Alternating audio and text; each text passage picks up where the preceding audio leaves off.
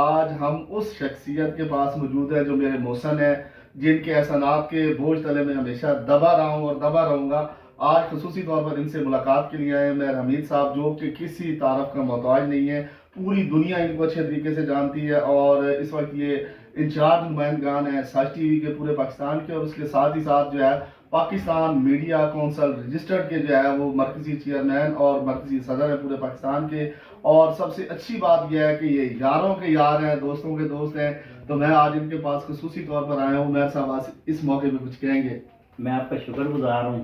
آپ ضمیر صاحب سے ہمارا بھائیوں جیسا تعلق ہے، اور سب سے بڑی بات کہ ہم ایک ہی شہر کے ہیں، میاں چنوں کے بسنے والے ہیں، اور یہ اقتدار شہر میں آ کے پھر بھی ہم نہیں بھولے، اور ضمیر صاحب کے ساتھ بڑا پرانا تعلق ہے، بھائیوں والا ہے، اور انشاءاللہ یہ تعلق قائم رہے گا کیونکہ یہ بے لوث محبت ہے۔ سر بہت شکریہ میر صاحب، بہت شکریہ، بڑا لاف تھینکس۔ خالد بھائی ہیں جناب، سینئر جرنلسٹ ہیں، پنڈی سے اسپیشلی طور پہ آئے ہیں۔ خالد بھائی آپ اس موقع پہ اس ملاقات پہ کچھ کہیں گے؟